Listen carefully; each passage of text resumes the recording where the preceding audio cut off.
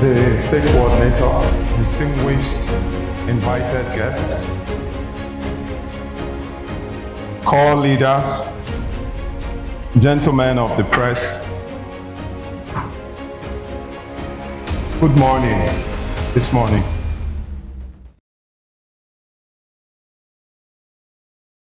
I want to begin by appreciating the organizers of this program, the National Youth Service Corps, in strategic collaboration with Florish Foundation for Women and Youths. A round of applause for them, please.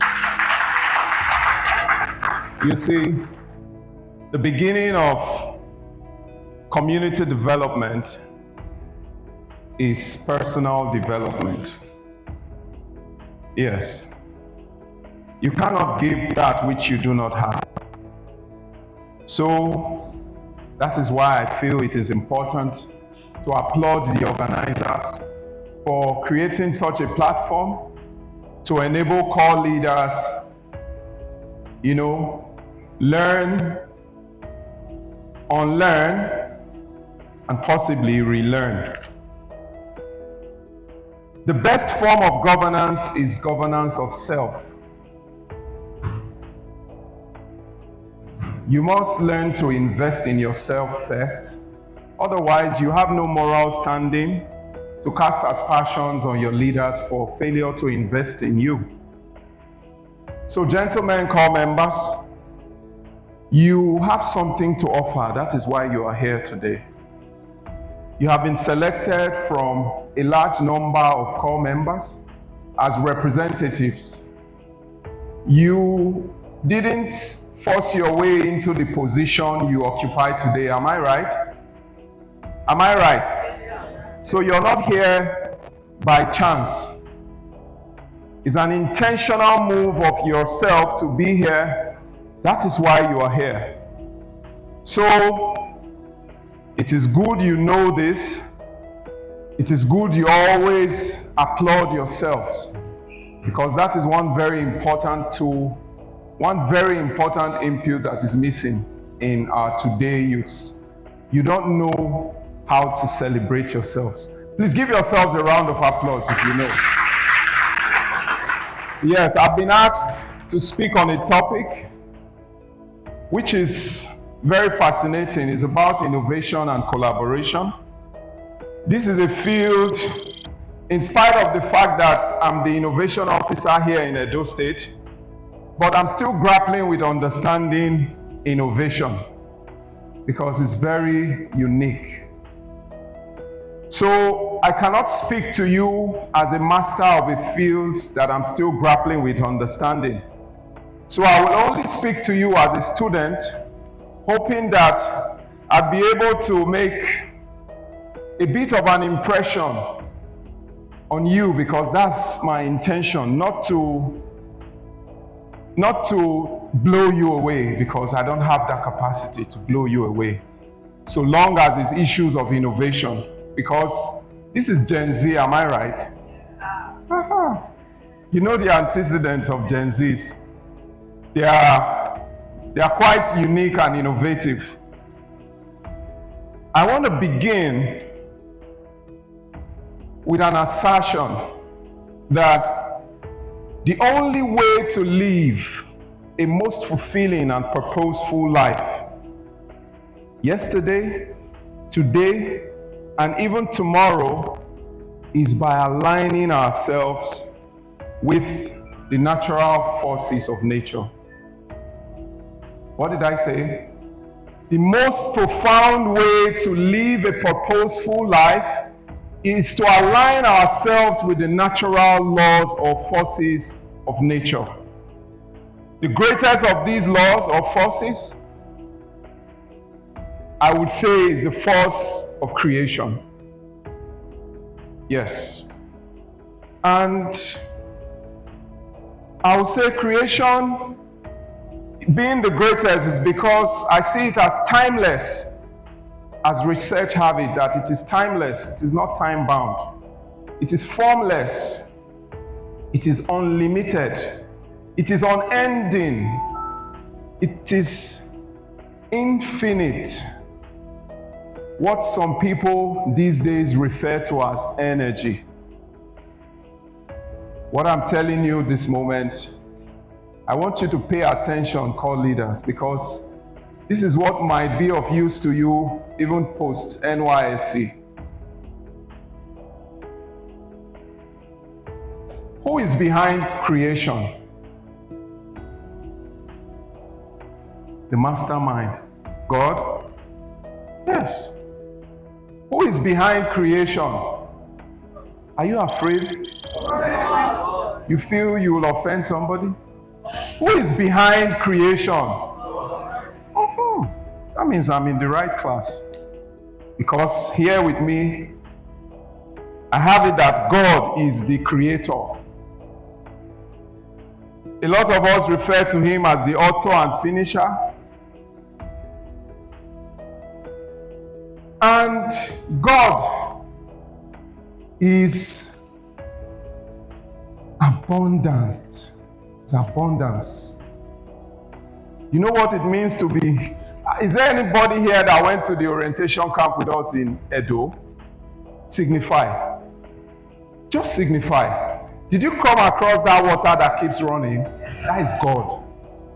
As we are here, do you know that water is still running? That is how God is. He's unending. He's abundant. So if you know that this is God and how God is, where did we pick up this idea of lack? I'm asking rhetorical questions, so I really don't expect responses. Where did we pick up this idea of lack? You cannot speak of innovation without speaking like a poet or possibly like a philosopher. Why? Because innovation is not ordinary. There's something stopping you from being innovative. It's not that you're not innovative, because by default, we have God's image. And God cannot create anybody not to be innovative because you are of God. But there's something stopping that connection.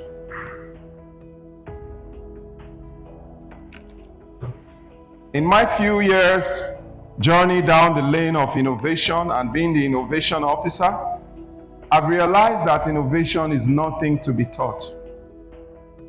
Rather, it is a mindset that needs to be developed. It lives within us. To be able to innovate, three things must happen to you. Three things must happen to you as an individual to be able to innovate. But before we move on to those three things, something fundamental must first of all happen, and that is, you must know where you are. Because to create something new, you must first of all know about the old. Yes. To create something new, you must first of all know about that which is the old. To be able to innovate, you've got to be willing to develop the right mindset that bolsters innovation.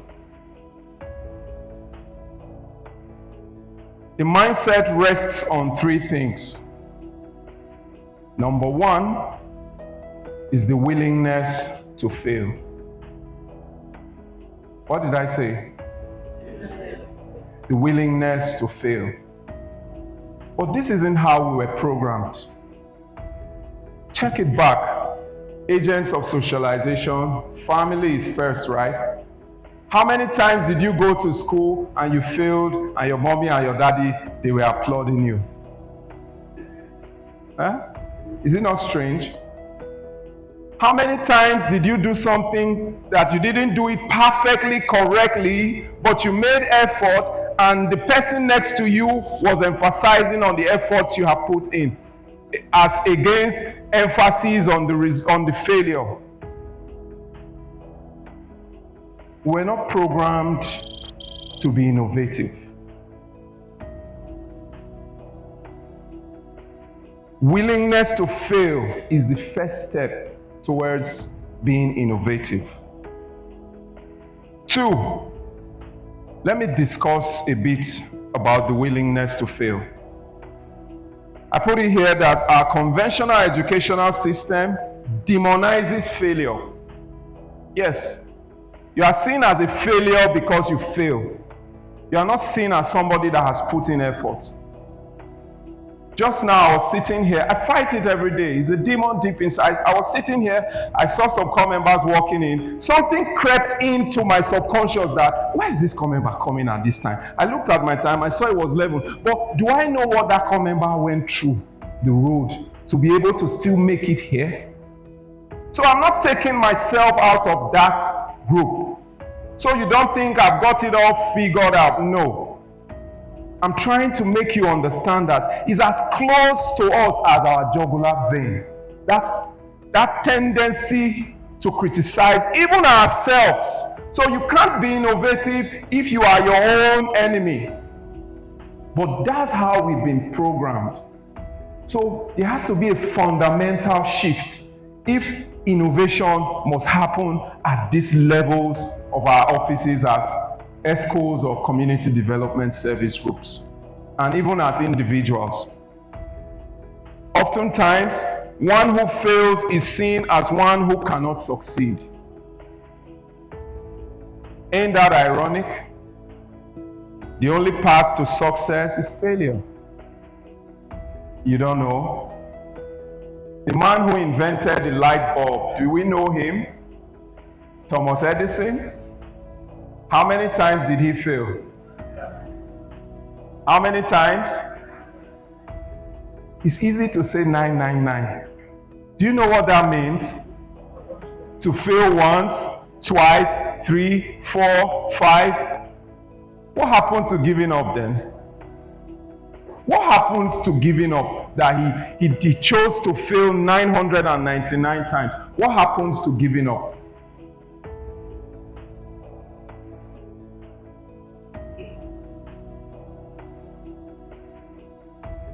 Show me anyone in this room who is a success, and I'll show you a man who is willing to fail. I beg the state coordinator's pardon. I'll have to use her as a point of reference. Yes, ma'am. You've always told us, even in our meetings, that she was an assistant director for 12 years. Yet, she was still able to work her way through and found an NGO that is this impactful on the same NYSC platform. How many people will be able to survive that stagnation of being an assistant director for 12 years? Do you know the level of failure that would be? But is that really failure? It's not failure, it's a test of your resilience. Oh, you think God will not test you, haven't given you the skills of creation? He will just let you just start and be creating up and down? To create something new, you have to become someone new. Put that down somewhere, please. To create something new, you have to become someone new. You have to evolve. That thing, that new thing you want to create, you want to innovate, has to be accepted by you first. That's the question. Do you accept that new version of yourself you are evolving to become, or that you intend to evolve into? Have you accepted that that new you is an acceptable you? If you do, then innovation becomes easier.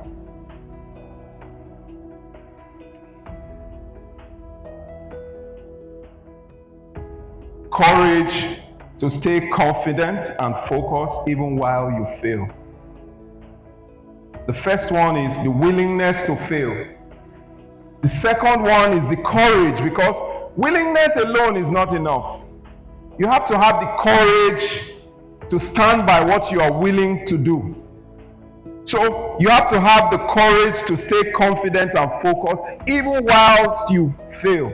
This is where most people give up. This is where you hear them say that businesses in the first 5 years, a certain percent fail, they don't succeed, right? Have you read that statistics before? And then they said the 10 years, another percentage drop. Then after 10 years is a great success. It's the resilience that is being put to test. The courage. And then the third one is determination to continue even while you fail. Determination. 3 words here: willingness, courage, determination.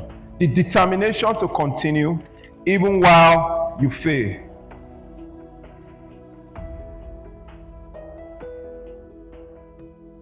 Willingness is internal, is within you. The courage is external, because a lot of things will happen to you. There's a new cliche now, a new thing that's trending. Nigerian happened to me. It's gradually dying down, because wherever that thing came from, God is binding it from our realm. That Nigerian happened to me. What happened to Dangote? Is it China? What happened to the other guys around you that are breaking even? What happens to them? If Nigeria happened to you and you accept it at this level, 23, an average person in your group is not 30. So if at this level you are accepting that something happened to you, you're giving an alibi for a success that is so close to you, yet you don't want to try, so you want to give excuses as to why you fail even before you try. That's the meaning of Nigeria happened to me. Now let me tell you a story, how to be innovative, since you can now hear me very clearly. Let's give an instance of an aircraft.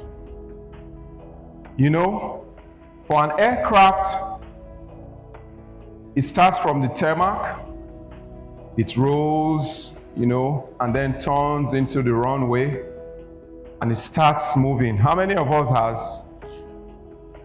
You've experienced, you've been on a plane before, yes.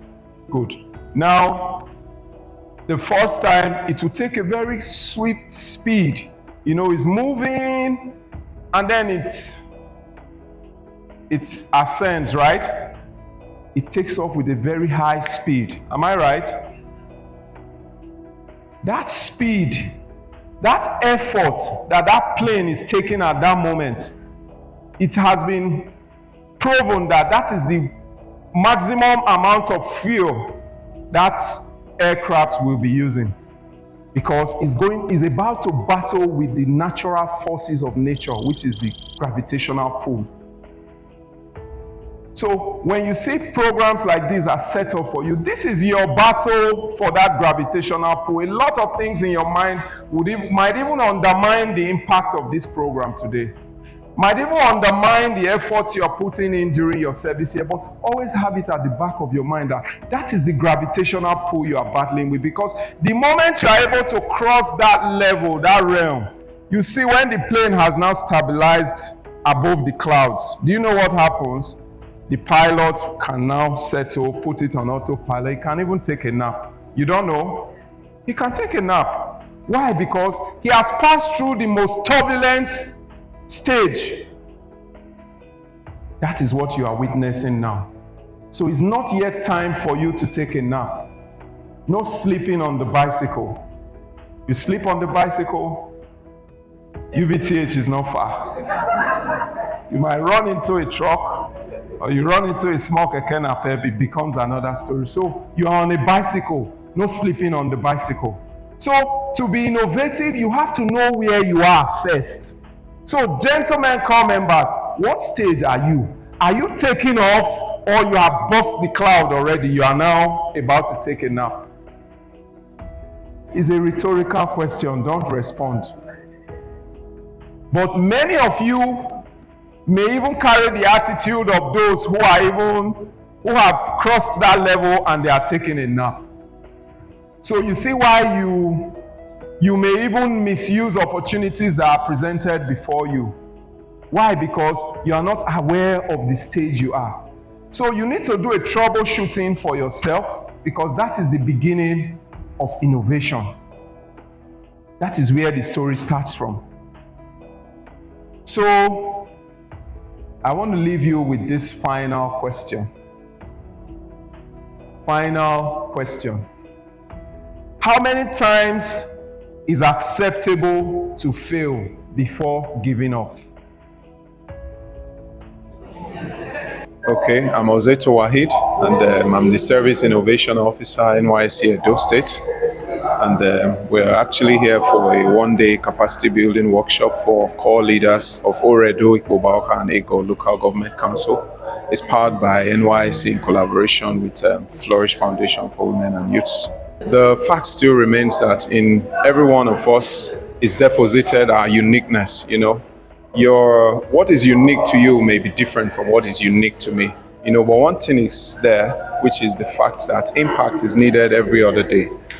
So our society today, more than ever before, needs civic engagement, you understand, which is the bane of this workshop, to see how we can reorient the youths to understand that you necessarily do not need to execute a project that is in millions, or a project that is so massive in terms of, let me say, structures, or maybe something that's so tangible, but intangibles like sensitizations, like capacity building for children, talent harnessing, or you say talent showcase is also a very big way, to impact the society. So for youths that are coming to join the NYSC program, I want to encourage them to be innovative, to put on their innovative thinking caps, because more than ever before, these are times that a nation like Nigeria would need people's uniqueness, to better evolve, to better position itself in the global scheme of things, because the world is done with photocopies and, mimicking and all of that. We need originality. We need uniqueness, and this can really happen with youths, because the Gen Z, they pride themselves as being innovative and creative. So coming to the NYSC scheme, come with your open minds, you understand, be ready to impact. Trust me, you will be better for it.